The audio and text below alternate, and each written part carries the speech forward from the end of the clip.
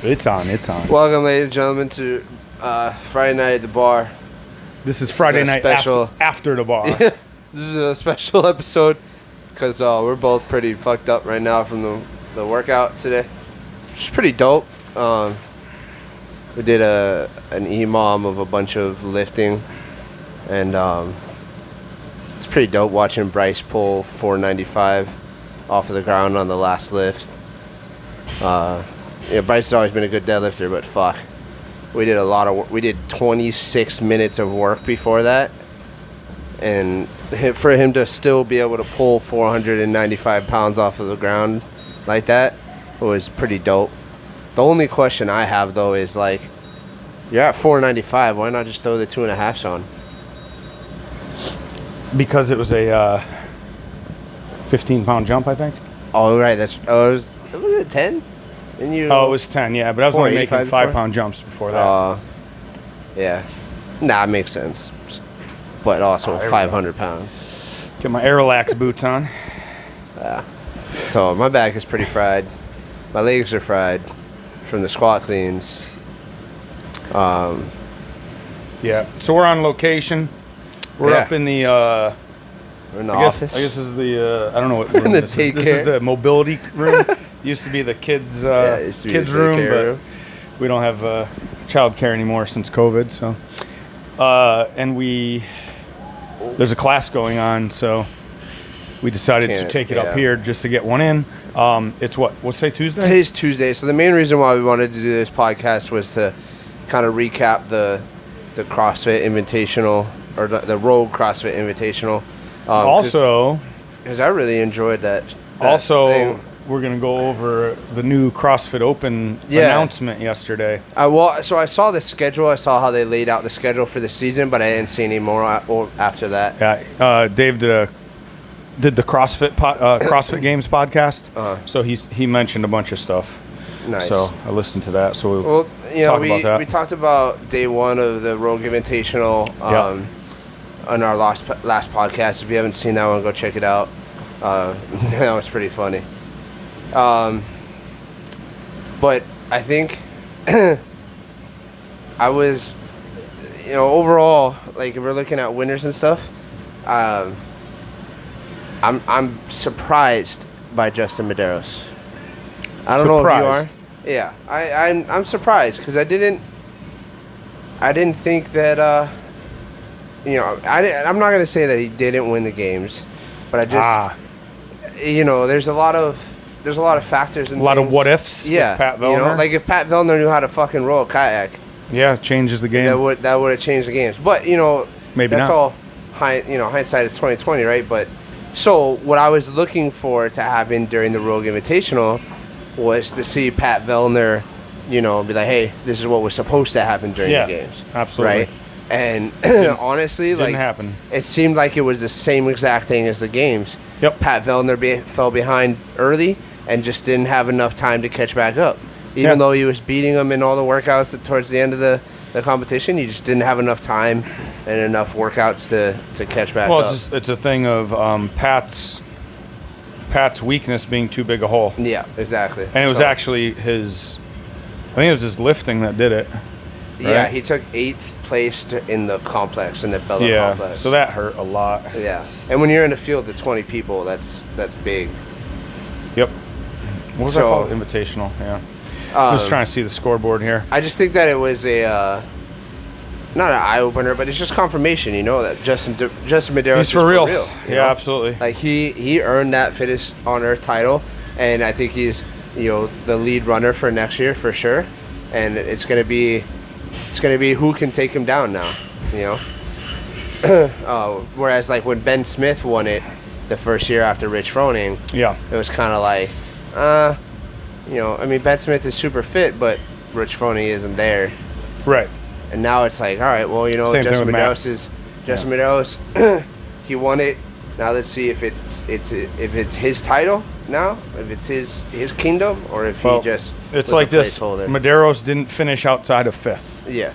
And Pat Now, take away the last event where he's 13th. Right. His worst placing was the second event, 8th place. So yeah. that strength number was his downfall. Right. Actually, the barbell was his downfall. Yeah. Because at the end, he choked on the old he fucking snatch. He dropped the snatch. And in that particular workout, which was a speed, it was a speed, like, round, but it was tournament style. It was amazing. I don't know how you felt about that. And they've done those kinds of things before in the CrossFit Games, where it's round base and you got to be the top whatever to make it onto the next round, right? But this one I thought was really cool in the fact that not only did it incorporate multiple types of movements, and then also it went down to the last two, and it was, the last round was just two people going head to head. I thought that was really cool. I liked it. I don't think it should have been the last event. I think it should have been the second to last event. That way people like Vellner and Annie kind of get to let their frustrations out with one more event and but just go out and kill themselves with it. That would have been interesting. I can see that for sure. But another thing it does is it also leaves a bad taste in their mouth going home. Right. So now, and maybe it's going to be what they needed. Yeah, it might be what they needed to get off to fix their problems. Right. And Annie, there was no problem except that last event. That was just... actually, Annie kind of fell a little bit in the gymnastics during the big chipper, but she's also a really big female athlete. So it's kind of to be expected. But if she can maybe improve that aspect of her game a little bit, that might be able to put her over the top. Yeah, she was winning going in the last day. So yeah, she was so dominant. And I think that was 2 days. That was the thing of Tia not being peaking, where maybe Annie was a little closer to peak, but I wouldn't think she is either. I don't think any of them are. I'm sure some of them went to peak there to win that. Maybe it was a lot of money. Like, I'm pretty sure Hopper. Yeah, he was pushing hard to have a better placing than the games. And he did great. So that was a huge. I like that. He needed that. He needed that because his games performance was pretty bad. It was disappointing compared to his. And it left the question of okay, he did the Mid-Atlantic, but not quite there at the games level. But that showed that he could compete too. So that kind of gives him something to build on for the games, which is cool. Should be cool. But my favorite thing was that Annie was in first place going into the last day, and actually going into the last event, she was winning. The only way for Tia to win was to beat Annie. Yeah. I mean, if it came down to the two of them. Actually, she needed Annie to get out. If it was Annie and Tia in the final, the 1 and 2, and Tia won, Annie wins by the tiebreakers. Oh, okay. Because she had like three first places, I think. So she would have won outright unless Annie didn't make it to the final. That was the only way for, and that's what happened. So Tia won. On the flip Annie side, didn't come close. So. On the flip side of that, on the flip side of people struggling with that event, how about fucking Medeiros just trampling that event? Yeah, that was awesome. Like, nobody could touch that kid. No. Nobody. Didn't matter how fast your doubles were. Didn't matter how fast you could pick that bag up and put it on the pedestal. Nobody could touch his snatches. Yeah. At 205 pounds, he was making it look like normal people snatching the barbell, dude. It was unbelievable. And not a single. Impressive. He didn't miss any reps. He did 4 rounds. Didn't miss a single rep, and didn't even struggle on a single rep. They were all just perfect form, perfect technique, super fast, touch and go, done. Like, it's unbelievable. Yeah, that's cool. That kid is going to be, like, he needs to go to the Olympics. He needs to, he could, I mean, I know his focus is on CrossFit, but. I think he's probably too big. He's way too heavy in his weight class. His weight class, he'd get smoked. Yeah, he's just too big of a person. You can't be that big and be a weightlifter. I mean, you could, but you have to be a super heavyweight, and you got to be a lot bigger. I don't think he's super heavyweight category. No, but I'm saying. Because I think he'd probably be 92? How tall is he? I don't think he's that tall. I think he's probably. I mean, I think I mean, he's probably taller than most of the guys out there. Yeah, exactly. I think he's 5'10". So if he's 5'10", he would need to pack on quite a bit of muscle to compete at the Olympics. Those guys probably have to go for the 92 kilogram. You either need to slim down for his strength or bulk up for his, which neither one is a good idea. Yeah. I mean, the Olympics are a different game. Still, it's still fucking. Oh, it was awesome. And then BKG as usual. Yeah. Up there. And that's a guy that like I've been waiting for years for him to finally just kind of put it all together, you know? Yeah. He's that guy that's like... Well, he's always there. He's always got it together. He's always... No. What I mean is, like, he's always there. He always does really well in some events, and then just something happens, and he falls out of the top 5. Yeah. And it's just like, man... Well, he was 4th, so there's that. Just gotta fucking... Well, this year, yeah. Yeah. But... No, he's impressive as hell. Fucking... Consistent. One little thing, yeah. Mr. Consistency. It's that fucking Icelandic. But let's talk about the ladies. Let's talk about the disappointment as usual. Katrin Davis' daughter. Okay, you should have, like, if you guys are those of you that are fans of Katrin Davis' daughter, I apologize in advance for this. Don't get me wrong, I like Katrin Davis' daughter. I think she's been a great athlete. She was a great champion when she won 2 years in a row. But you can ask Kristen, the entire last couple events, every time I saw Katrin Davis' daughter on the screen, I was just like, you're washed up. Just stop. you're done. Like, why is she washed up? I think she's focusing on other things. I think she has a shitty coach. Well, yeah. She used to have a shitty coach. She now has... Oh, where's she at? Annie Thor's daughter. She went back. Oh, she went back to Reykjavik. She announced today she's no longer with Comp Train. Yeah. Good. Because I don't know how you look at all of the athletes that were under Comp Train, and they were all, as soon as they went on Comp Train, their games performance went phew. Yeah. And then the ones that decided to leave, like Brooke Wells and fucking, what's his face? Oh my God. Matt Frazier? Yes. God, I don't know why I couldn't fucking think of his name. Yeah. Everything just went right back up. Yeah. I think, and people will say, oh, well, she won twice, so she couldn't have been that bad. She won because she trained with Annie before she won. And I think the first year she won, she was with Annie. Yeah. And the second year, she went with Bergeron. And then since then, it's been downhill. There was enough carryover from before that it got her through that second year. And even when she had a full year of training. That second year, she won by like 5 points, right? Yeah, it was super one close. Place or something. It was super close. Like it was a nail biter. So it's going to be interesting to see what happens with her. And I think if she does well this year at the games, I think Comp Train will have a real problem. Yeah. I think it'd be too much examples, too much evidence to ignore, right?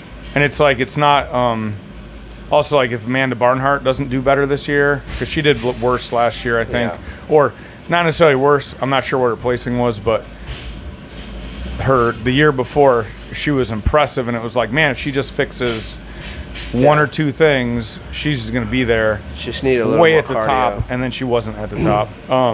So that means like he didn't fix that. And then Chandler Smith, we'll see what he does. And then although he did do pretty well this weekend. Yeah, he did. And then Cole Sager, he's another one that he was like always top 10 and 15. He's gone nowhere since he didn't go up. So I don't know. Some coaches aren't for some people, and I'm sure Bergeron has people that he is good for, but to me, he's got great people, and he's not improving them. But maybe not. Maybe Bergeron is just not supposed to be a games coach. It's possible. Maybe he's supposed to do something. I don't know. Fuck, I don't know the guy personally, but I know. I don't know. It's hard to say. There's just so much evidence. And it's hard to say when, like, Katrin she's at the games. Yeah. She's always in the top. That's true. And it's not like she's doing horrible. She's just not winning. She's just not doing what she was doing before. She's never like crushing anything, unless it's an overhead squat and a handstand walk. She has two things, and it's like the same two things she always had. So yeah, that's gonna be interesting. That was announced today. Another announcement yesterday. So it was the CrossFit Open was announced, and the stages. Let me see. If I pull that up. I did see that they're holding an occupational games. Yeah. So here's the big announcement is, well, the dates are up on. You can see it on their Instagram. Open starts February 24th. We knew that months ago. Quarterfinals start March 24th, so 1 month after the. It's actually 2 weeks after the Open ends. Yeah, that's so quick. That's real quick, and that's a whole month. That pretty much means whatever you had during the Open is what you're gonna have during like that. Yeah. There's no room for you to. Nope. There's no time for you to. It's just a longer Open. See where you're at in the Open and then make adjustments according to where you fall for the qualifiers. Or the quarterfinals. It's just one big event. And it's going to be 4 weeks long, so that means week 1 is probably individuals. I don't remember what he said. I think it was individuals first, team second, or teens second, something like that. I don't know. But I know Masters, I think, are the last week. Gotcha. So that's good for you. Occupational games, April 21st to 24th. That'd be cool. I'd like to know more about what that means. Like, I have no idea. Is that online or is it an in-person? Probably online. These are all online. And then the semifinals, which would be in person. Right. That's the May 20th to June 12th. And then, so here's the thing: those semifinals for masters and teens, there's no more age group qualifier. It's quarterfinals, semifinals, games. So they've added a level of complexity for the teens and the masters, which is a good thing. But here's the shitty one: they have cut the age groups to 10 people again, which is bullshit. Because last year when they announced that they're bringing back, what's his name? Rosa went in a big thing like, I'd like it to be like 40, and then it ended up being 20, and now we're going back down to 10. The only thing Castro, so that sucks for me because I was really, I was aiming for 20th. I was aiming for that. And last year in that age group I would have been 40th. So like, I felt like I could have gotten a top 20. I don't know. The top 10 is just so ridiculous. Yeah. Obviously, I'm gonna try anyway, but that kind of sucks because this was my year to level up. Yeah. So this was kind of what I've been planning on taking a shot at the games for the last 6 years. You know. So that kind of sucks for me and anybody else that like. It's just less opportunity, right? Right. And but all that really means and more opportunity to spend more money because now you have now you got to go to a semifinal, a quarterfinal, and a semifinal. Yeah. Which is kind of shitty. And you got to go to that semifinal too. No, it's not. You don't know. Oh, it's online. This is gonna be online, yeah. Oh, so it's for age group. It's online. Okay. Yeah. Yeah. And then CrossFit Games are August 4th to the 7th. Okay. So. I don't know. It's a long season, that's for sure. I like how it's shaping up though. The games has changed every year for the past that's the only consistent thing in games is that it changes every year. Yeah. Well, even there was a stretch for 3 or 4 years where it was pretty much the same every year. Yeah. But the last 5 or 6 years, it's been a different change or different game season every year. Yeah. Last year was because of COVID, right? But this year, I like the way that they did it this year. I'm, on paper, I like the way that they're doing it this year. Mm-hmm. It'll be interesting to see how it pans out with the qualifiers or the quarterfinals being so close to the Open. Seeing how that pans out. I think it's better so you don't have to peak twice and whatnot. Yeah.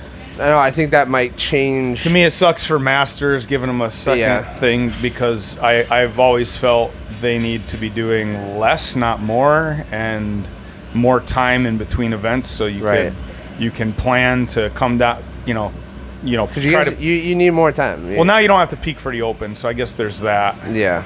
Now the Open's more of a warm up, and then I don't know. We'll see. We'll see how this works. Did they say if they're resetting scores?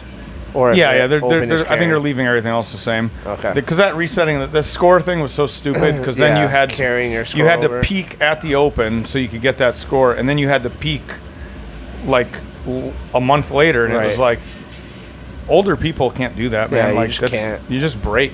Plus, when it's a 5-week open, and then all the workouts they give you for the qualifier. Yeah. So I never liked that. That was always a piss poor way to do it. So we'll see. Also, because the open, they didn't ask for masters and teens. They didn't ask for videos.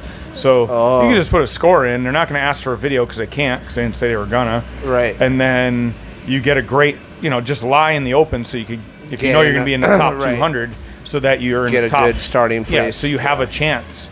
And it's like, if enough people do that, then nobody really has a true chance. Exactly. That belongs there. So. And unfortunately, everybody will figure that out if that's the way it is. Yeah, absolutely. There's always, and it doesn't take a lot. Like shit, a couple people do that, they ruin the metrics, right? Yeah. But obviously that's going to happen, so you have to plan around that stuff, and that's why I like the 10% thing. It's great. Yeah, so, I liked it too. I thought it was good. And this is just, these are just ways to pump more money into CrossFit, which is fine. I don't have a problem with that.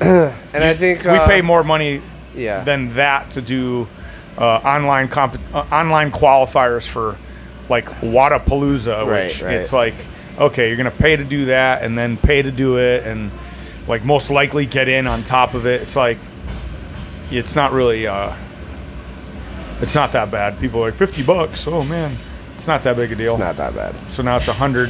And you should, like, you're supporting your overall sport too. Like you're. Yeah, everybody bitches about the prize money, and then they don't want to pay $50 to be and it's like, taking another event.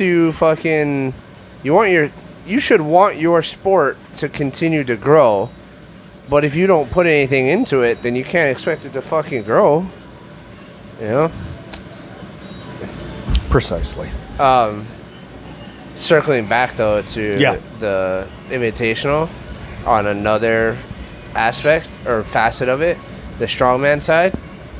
Hey man, that was awesome. Martin Lisi's fucking stud. Yeah, stud of a man, and he always has been. But coming back from injury and putting on a show like that. Yep. Because watching Jeff Crone, right, the last event, the fucking Stones. Yep. It was dope. I love Stones, and then the Stones were odd shape too, right? Yep. So that made it even better. Jeff Crone fucking smashed it with like fucking, I don't know, 50 seconds or whatever.